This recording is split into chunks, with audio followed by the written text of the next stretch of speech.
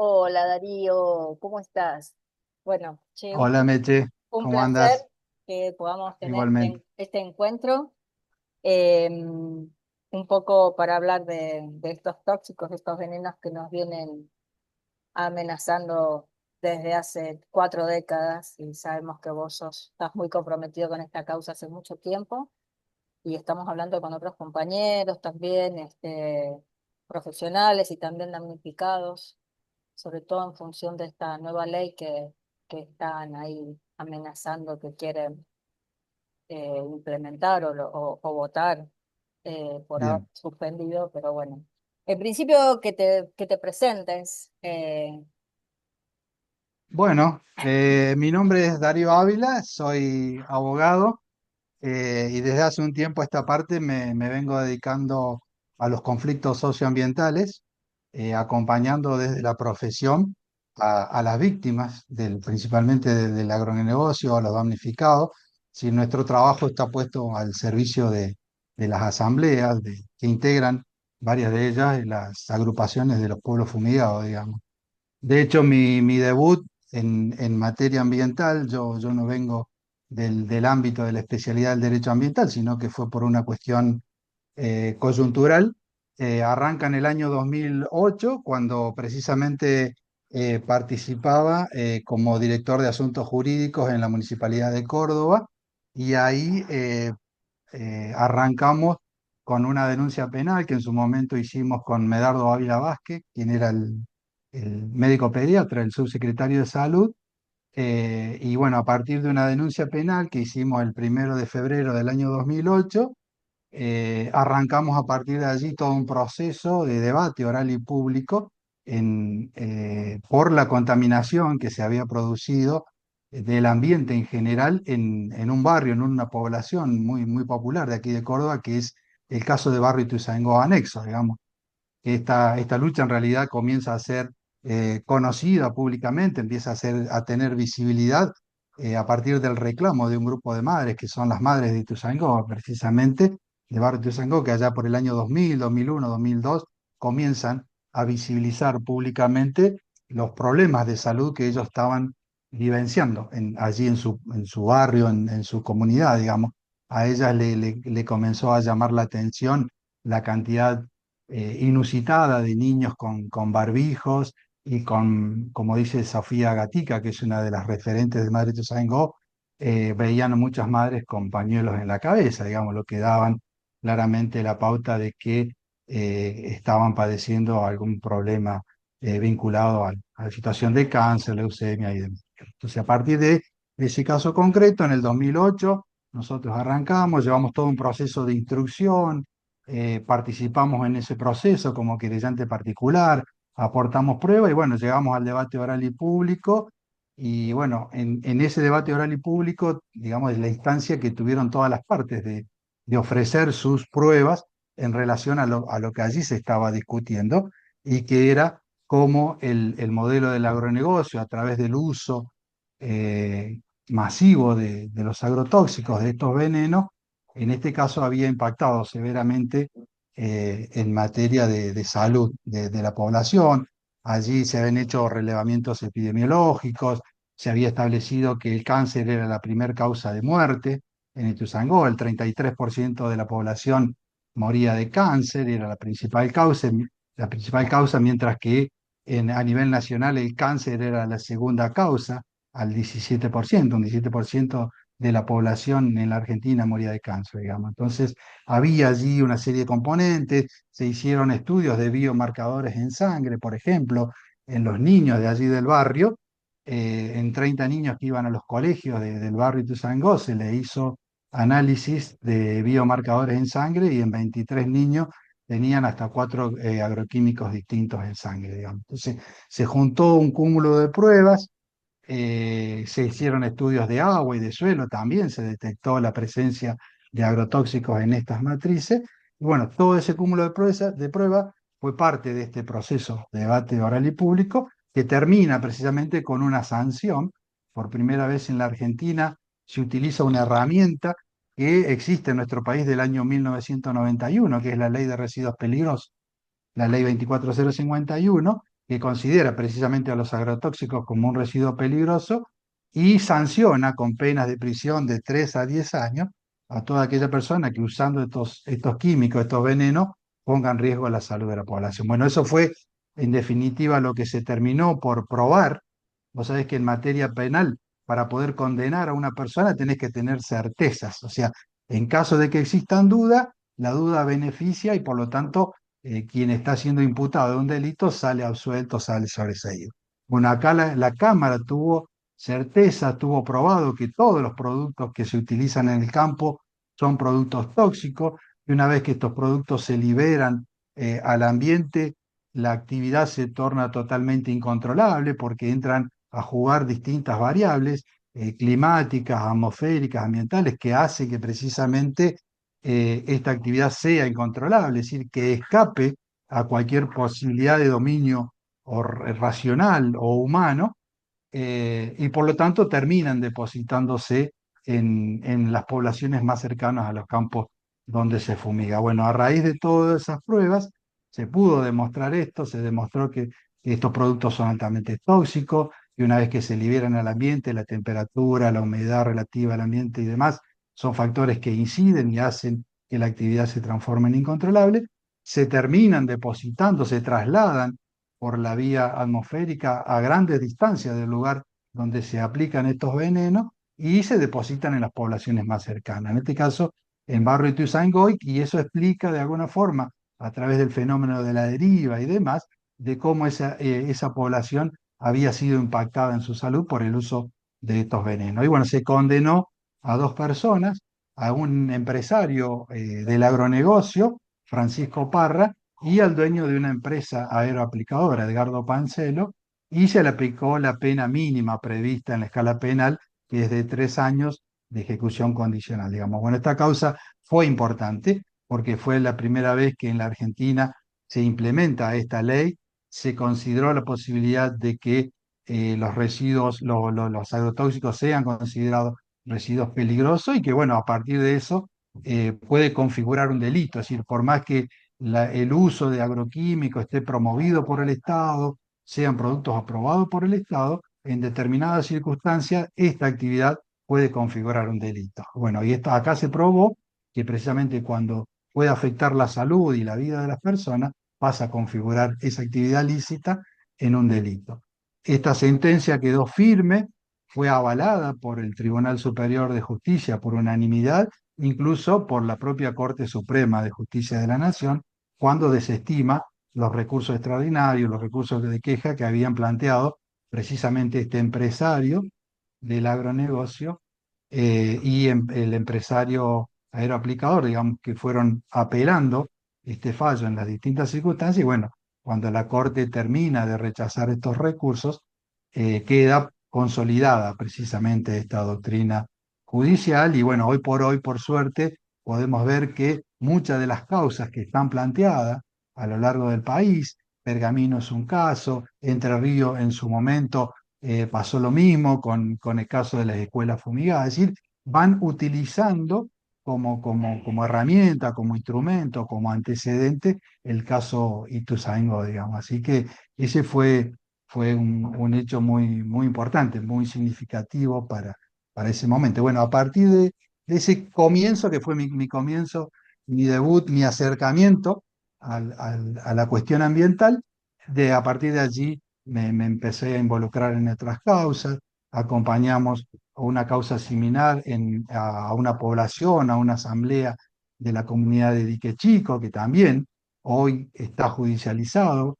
En Dique Chico esta asamblea de vecinos logró que el jefe comunal sacara una resolución que prohibiera fumigar a 1000 metros de la planta urbana y de la escuela rural, que hoy también esa actividad legislativa a nivel local, los municipios y las comunas son medidas de protección que si bien no es lo ideal, no es a lo que uno aspira, digamos, como medida definitiva, constituyen verdaderos paliativos para estas comunidades en las cuales hoy le están fumigando pegadas a sus casas, digamos. Entonces, Ahí bueno, en Dique Chico hubo estudios de doctora ya especialmente en niños, ¿no? sí, efectivamente nosotros parte de la prueba que incorporamos en ese proceso, este es un proceso que también inicia un grupo de empresarios del agronegocio en contra de la comuna, cuestionando la inconstitucionalidad de esta resolución. Es decir, a partir de que se les prohíbe fumigar, este grupo de empresarios del agronegocio van a la justicia y piden que se declare inconstitucional esta resolución que les impide fumigar a los 1.000 metros. Nosotros nos incorporamos a este proceso como tercer interesado con un grupo de vecinos y en esa incorporación aportamos una prueba que es el estudio de genotoxicidad, un ensayo Cometa, que es un estudio que hace mucho tiempo la doctora Delia Yaza viene llevando a cabo en todas estas poblaciones que están expuestas precisamente a los agrotóxicos. Y ahí en los 10 niños que nosotros estudiamos y que van a la escuela, los 10 niños habían experimentado un daño genético, digamos.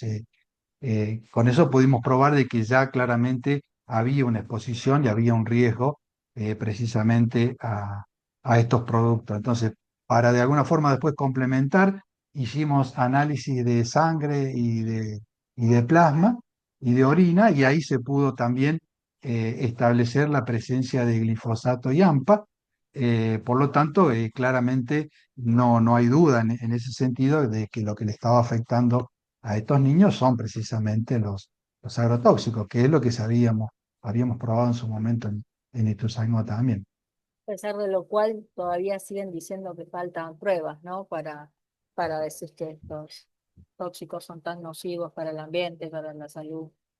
Yo en principio te quiero Sí, agradecer por prestarle atención los damnificados, a las denuncias de las poblaciones, ¿no? gracias. Porque realmente están como muy solas en todo esto. Desde salud en general se les suelta la mano y no se investiga todo, ni se asocia todos estos tóxicos ni a los diagnósticos, ni a las enfermedades. Así que realmente el trabajo, tanto de ustedes como de Delia, con la que voy a hablar próximamente, bueno, todas las denuncias de Sofía también y de otros damnificados, es importante que tengan algún cuenco donde poder tener algún tipo de resonancia, ¿no? Sí, sí, es cierto. Si bien hoy, por suerte, podemos decir de que hay, o sea, no solamente se ha crecido en conciencia y en visibilización, por suerte, cuando se arrancó esto en el año 2000, 2008, hoy la realidad es absolutamente distinta, hoy tenemos mucho más información. Yo siempre les comento, la primera vez que tuve que salir a plantear el caso, los abogados nos nutrimos de herramientas que tienen que ver con doctrinas, con fallos, con jurisprudencia, y cuando yo salí a plantear este caso por primera vez, no había antecedentes en la Argentina, así que se empezó como a armar el caso de cero, digamos. Hoy por hoy, por suerte, hay un recorrido al cual uno puede apelar como ejemplo, como camino, y digamos, hoy ya tenés una estrategia cuando a un conflicto de estas características vinculado a los agrotóxicos, bueno, decir, bueno, acá pasó esto, utilizaron esta herramienta y bueno, en su momento se creó también una red de médicos, la red de médicos de Pueblo Fumigado fue una actividad muy, muy importante en ese sentido. Damián Marino, a través de la Universidad Nacional de La Plata, también hizo lo propio, una persona que dejó la vida en esto, literalmente acompañando a estas comunidades con los agrotóxicos. Damián es una persona muy comprometida, ha sido testigo en varias causas, testigo privilegiado y con una enorme capacidad técnica y conocimiento que ha favorecido que estas causas pudieran salir con estos resultados que yo te estoy comentando, digamos. Entonces, la ciencia también ha hecho lo propio, la Sociedad Argentina de Pediatría, después de mucho tiempo, también se empezó a comprometer y a emitir comunicados, de alguna forma alertando esto de cómo los agrotóxicos impactan principalmente en los niños, cómo son grupos o poblaciones especialmente vulnerables a este tipo de agrotóxicos. La denominada corriente de ciencia digna, Rafael Lagmanovich, se me viene a la mente, es Hablé otro con él a de la los mañana. investigadores exactamente de la Universidad Nacional del Litoral, que viene hace muchísimo tiempo, Rafael viene analizando, digamos, los impactos en los espacios, en las superficies acuáticos y demás, digamos. Entonces hay hoy, por suerte, digamos, un avance en ese sentido. Hay la evidencia técnica y científica es muy profusa, es muy abundante y hoy ya es a un nivel de cinismo pretender desconocer esto que ya casi nadie duda de cómo estos venenos impactan, contaminan el ambiente, el agua, el suelo, y cómo ese impacto repercute indirectamente sobre la salud de la población. Vos dijiste, estaba leyendo un poco algunas declaraciones tuyas, y decías que sobre esta ley, ¿no? Del diputado Benedetti Ferraro que quieren supuestamente Sí, sacar, dijiste que era un proyecto inconstitucional, ilegal y anticientífico. ¿Puedes sí. ampliar Sí, un bueno, este es un, poquito? sí, cómo no, con mucho gusto. Ahí se ha presentado un proyecto de ley que tiene las mismas características de la Ley General del Ambiente, la Ley de Glaciares, la Ley de Bosque, es decir, es una ley de presupuestos mínimos de protección ambiental y que por lo tanto es una ley que el objetivo es establecer un piso de protección mínimo en todo el país.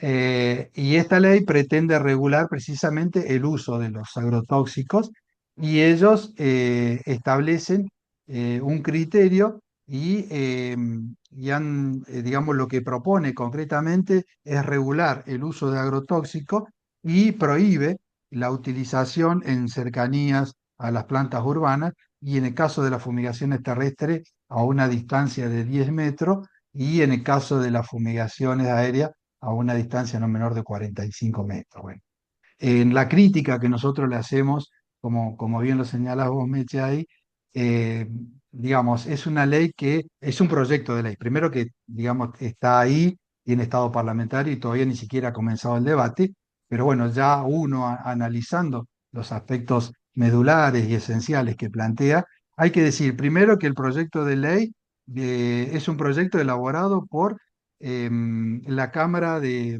Buenas Prácticas Agropecuarias. eh, es una cámara que nuclea organismos que están precisamente vinculados directamente al agronegocio.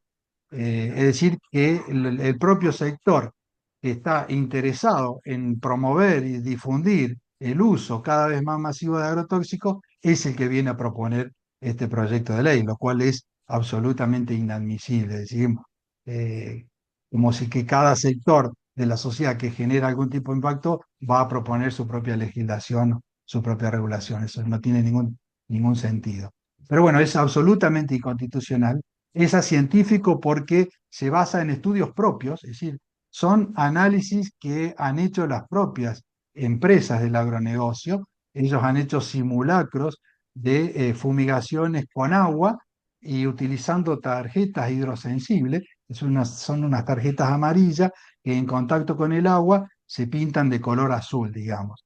Y en base a eso han establecido distintas tarjetas a distintos metros y ellos han dicho, bueno, en la fumigación hemos detectado la presencia de estas gotas de agua hasta 10 metros y en la fumigación aérea hasta 45 metros y a partir de allí establecen este criterio. Nosotros que decimos que es un criterio absolutamente acientífico porque carece de metodología científica, porque no es la metodología claramente que se utilizan en los campos cada vez que se fumiga, digamos.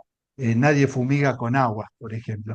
Y hay muchos productos, muchos principios activos que tienen la particularidad de ser absolutamente volátiles, es decir, en contacto con las altas temperaturas, gasifican, es decir, pasan a estado gaseoso, por lo tanto, esos agroquímicos nunca van a ser detectados por estas tarjetas hidrosensibles. Y son estos los más peligrosos todavía, porque son los que quedan sobrenadando en el ambiente y después la brisa los termina transportando a varios kilómetros de distancia, digamos. Entonces, es un método absolutamente científico, no tiene ningún criterio, no tiene ningún rigor científico, han sido elaborados por las propias empresas interesadas, no ha sido publicado en ninguna revista científica, es decir, no ha sido avalado ni ha sido puesto bajo el prisma, el debate, la discusión de otros pares científicos, como ocurre en cualquier ámbito de la ciencia. Lo más importante de la ciencia es que vos publiques tus conclusiones y que esas conclusiones puedan ser evaluadas, criticadas y analizadas por otros pares. Bueno, esto no existe, no existe esa posibilidad, digamos, por todo esto que te acabo de decir. Entonces, claramente no tiene fundamento científico la propuesta que se está haciendo. y es absolutamente inconstitucional porque se opone principalmente al artículo 41 de la Constitución Nacional, por esto de que consagra esta cláusula ambiental, el derecho de todos los ciudadanos a vivir en un ambiente sano. Y bueno, esta actividad claramente vulnera esa cláusula ambiental porque sabemos que precisamente lo que no hace precisamente es garantizar un ambiente sano, sino que muy por el contrario, es una actividad altamente contaminante, no solamente del aire, como te decía, sino también el agua, el suelo y el ambiente en general. Es decir, y también porque no es una actividad, como dice el artículo 41, que se pueda considerar como sostenible o sustentable, muy por el contrario. El agronegocio es responsable de los desmontes, el avance de la frontera agropecuaria es la principal causa de deforestación y por lo tanto de cambio de uso del suelo y es el segundo responsable de emisor de gases de efecto invernadero en nuestro país. Es decir, claramente vulnera, ahí te estoy hablando de la Constitución Nacional, te estoy hablando de la Convención del Acuerdo de París, el Convenio Marco de Naciones Unidas de Cambio Climático, la Ley General del Ambiente, es decir, hay un cúmulo de leyes que claramente se afectan con esta pretendida proyecto de reglamentación. Hay una violación de los derechos humanos, ¿no? También. Sí, sí, por supuesto, por supuesto. Fíjate vos, hay una opinión consultiva de la Comisión Interamericana de Derechos Humanos, que es la opinión 2317, es decir, del año 2017, es la primera opinión que emite la Comisión Interamericana y allí, vinculado al medio ambiente, y ahí la Corte como principal regla, como principio general, como doctrina general, establece que existe una íntima y una estrecha vinculación entre el derecho a la salud, el derecho a la vida, el derecho a la integridad personal y los derechos al ambiente sano. Dice que no podemos de ninguna forma garantizar la vigencia plena de estos derechos humanos fundamentales, que son los primeros derechos reconocidos, como el derecho a la salud y el derecho a la vida, si no estamos en condiciones de garantizar las condiciones de habitabilidad del planeta a través de la existencia de un ambiente realmente sano. Es decir, que un ambiente que no ponga en riesgo la salud, la vida y la integridad de la persona. Y bueno, todas estas actividades, el agronegocio, la utilización de los combustibles fósiles, claramente son los principales fuentes emisoras de gases de efecto invernadero y por lo tanto son los que de alguna forma están contribuyendo de manera principal al cambio climático y por lo tanto son las actividades a las cuales los estados están obligados a tomar políticas públicas para reducir la emisión y llegar al año 2050 sin emisiones de gases de efecto invernadero.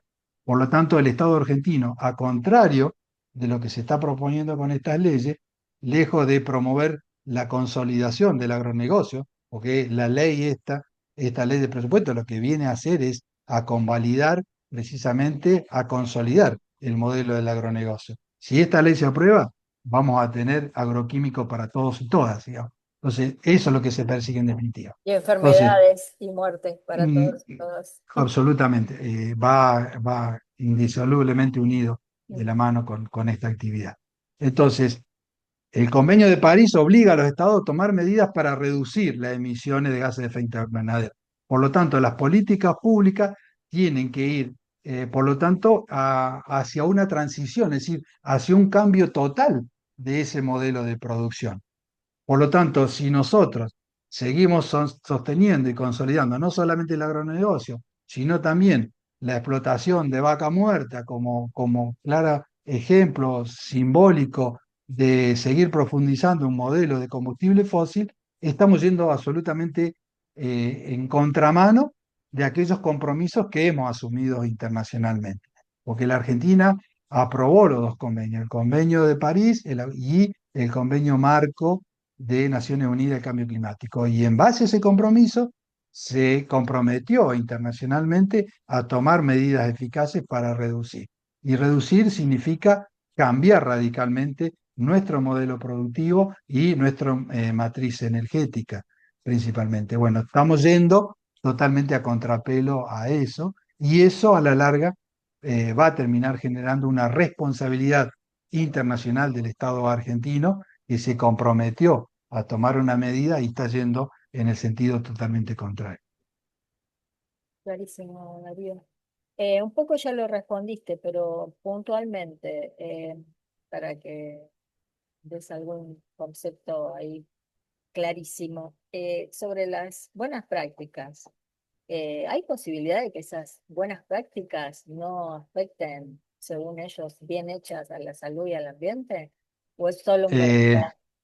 eso es la última estrategia que viene a plantear el agronegocio para seguir sosteniendo y de alguna forma consolidando el modelo del agronegocio. Nosotros ya no se hablaba.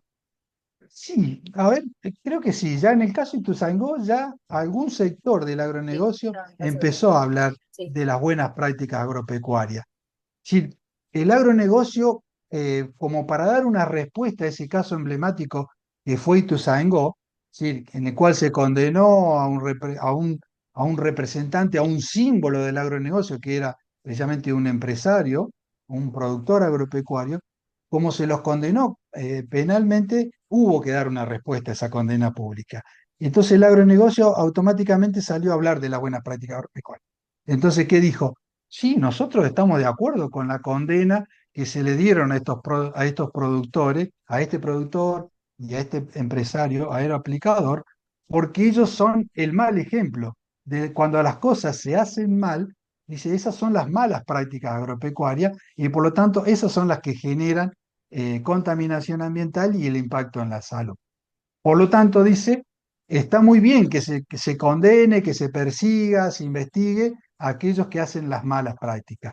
Pero si en cambio nosotros nos comprometemos a llevar adelante las buenas prácticas agropecuarias, ¿qué significa esto de las buenas prácticas? En realidad son recomendaciones, porque no son tampoco ni siquiera criterios técnicos ni científicos, sino que son meras recomendaciones que hace el mundo del agronegocio y que dice que al momento de llevar a cabo las fumigaciones, tenés que tener absolutamente en cuenta cuáles son las indicaciones que contiene el marbete es decir, la etiqueta que va adherida, digamos, al envase del agroquímico. Dice, si vos tenés perfectamente en cuenta todas las indicaciones que allí se establece y que tiene que ver con que la temperatura no sea superior a los 25 grados, creo que es, que el viento no sea superior o que no supere los 8 y los 10 kilómetros, que no vayan en dirección hacia las poblaciones urbanas, que la humedad relativa del ambiente no sea 80. Lo cierto es que esas prácticas, primero que no las controla nadie. Cada vez que se hace una fumigación, el Estado, una de las grandes falencias del Estado es la falta de control y fiscalización. Por lo tanto, cada vez que se fumiga, el Estado prácticamente ni aparece, ni controla, ni nada más.